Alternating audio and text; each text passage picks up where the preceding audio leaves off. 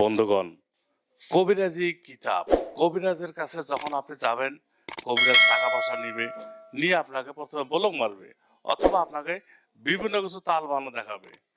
কিন্তু আমি বলবো কি, যে কবিরাজের কাছে না গিয়ে আপনি আমার কাছে একটা কিতাব নেন, নিয়ে ধরেন আপনার স্ত্রী চলে গেছে, স্বামী চলে গেছে, আপনি কাজ করেন।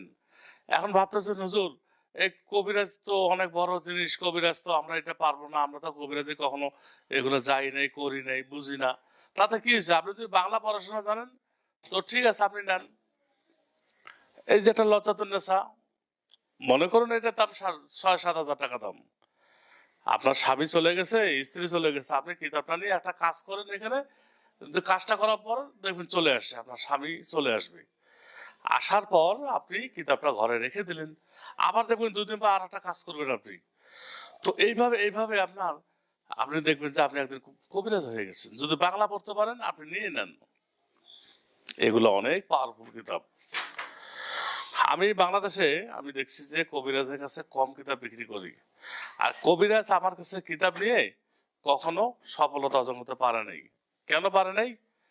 এরা জানেন কি করে? একটা কিতাবের দাম যদি 10,000 হয়, তখন বলে হুজুর এটা আমি 6,000 টাকা দেবো। অন্য চ্যানেলে ফোন দিয়েছিলাম, 6,000 বলছে। আমি বলছি দেখেন 10,000 টাকা লাগবে, নিলেও 10,000, না নিলেও 10,000। অন্য চ্যানেল 6,000 বলছে, আপনি তাড়াতাড়ি নেন, নিয়ে ঘরে জমা করে রাখেন, কারণ ওটা তো কবে দিবে ভাই। এই কিতাবের সাথে যেমন চাই যে দেখুন, চান্ডালে হার একটা ফিরে আছে, এই হার আপনি কোথাও টাকা দিয়ে পাবেন না। এই 2টা কালি, এই কালিটা তো আপনি আমার কাছে পাবেন, অন্য কোথাও পাবেন না।